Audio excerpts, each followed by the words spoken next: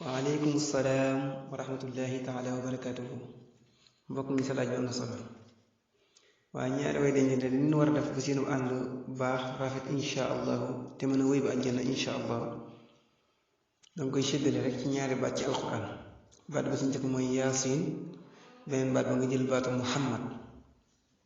baatu yaasin nag góor da koy moom, baatu muhammad jigéen moom ko. yaasin mooy wàllu góor, yaa gi mooy day yërëm jigéen nga yërmaande ju mat sëkk sëkk. siin sa mooy day sutural jigéen nga sutura su mat sëkk. nit nag saa boo ko yërëmee yërmaande ju mat sëkk sutural ko sutura su mat sëkk da ngeen mën a ànd. jigéen yi day jël baatu muhammad yor ko fas ko yéene jëfi. loolu mooy lan mooy muhammad ñeenti araf la, miim xaa miim deel.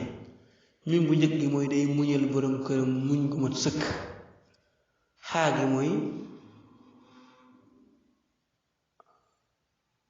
day xàmmee ak bëggam xàmmee gu mat sëkk ak bañam. miim gi ci topp mooy day maanu gu mat sëkk.